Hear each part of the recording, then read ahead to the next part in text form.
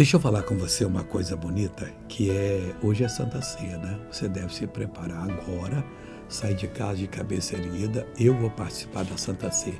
Missionário, eu já participei, você está assistindo mais tarde essa minha mensagem. E hoje eu estou um dia assim meio apático.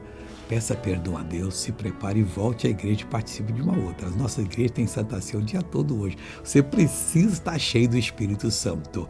Olha o que disse Davi, o salmista do Salmo 100, versículo 1. Celebrai com júbilo ao Senhor, todos os moradores da terra. Meu irmão, não tem um morador da terra que não precise celebrar com júbilo ao Senhor. Não celebre com cara triste, isso não é festa. Você tem que fazer uma festa para Deus, porque você é morador da terra. Que terra da promessa?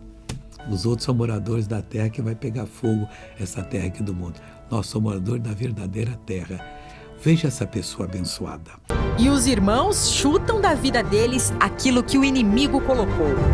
Tendinite no ombro direito, síndrome do túnel carpal no punho. O médico já tinha me proibido de lavar roupa, fazer as coisas em casa. Eu já tinha perdido a força no braço. Deus me curou. Agora, quer dizer, a senhora o braço estava inútil. Nem roupa lava mais. Não. E agora, como é que tá? Agora eu tenho força. Levanta o braço.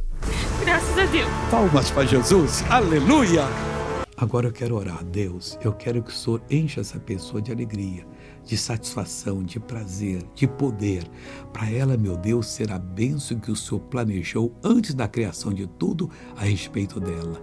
Muito obrigado, Pai, em nome de Jesus. E você diz amém.